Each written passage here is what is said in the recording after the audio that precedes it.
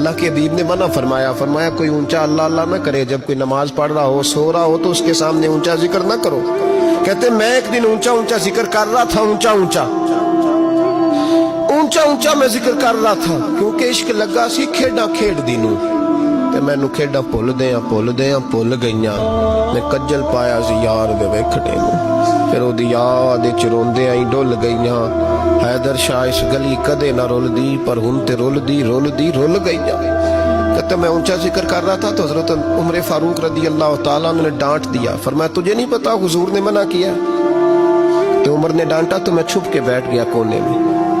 حضور آئے نا نماز پڑھانے تو محبوب نے پتہ کیا وہ عبداللہ کدھر ہے؟ کہتے میں کونے میں تھا، حضور نے فرمایا کیا ہوا؟ تو میں رو پڑا، میری عزت بڑی تھی نا مدینے میں، کبھی کسی نے کچھ نہیں کہا تھا۔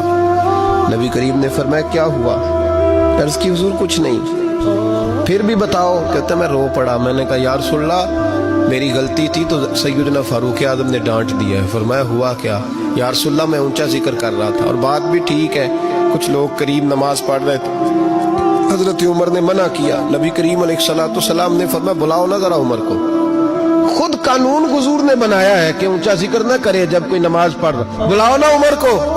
جناب عمر آئے تو حضور نے فرمایا عمر میرے عبداللہ کو کوئی نہ ڈانٹے، کسی ان پڑھ سے، کسی دیہاتی سے، کسی بھولے سے انداز دیکھے حضور کا، اسے کوئی نہ ڈانٹے۔ پھر حضور نے فرمایا تمہیں پتہ ہے یہ میرے لیے کتنی تکلیفیں برداشت کر کے آیا؟ صحابہ فرماتے ہیں یہ خوش نصیب ہے جس کی روح بھی محبوب کے ہاتھوں میں نکلی۔ اور جب جنازہ اٹھا تو حضور کی داڑھی سے ہم نے آنسوں کے قطرے ٹپکتے دیکھے۔ مدینے میں رواج تھا کہ قبر میں قریبی عزیز اتارا کرتے تھے، پر ان کا تو مدینے میں رشتہ دار ہی کوئی نہیں تھا۔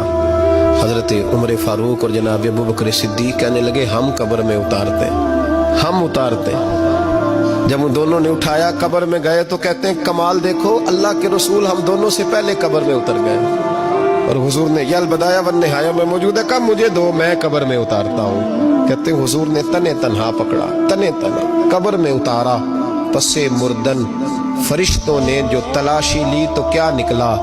فقط ایک دل کے گوشے سے خیال مصطفیٰ نکلا۔ نبی کریم علیہ السلام نے قبر میں رکھا اور ساتھ فرمایا اے اللہ میں آج شام تک اس سے راضی تھا، تو بھی اپنے کرم سے اس سے راضی ہو جا۔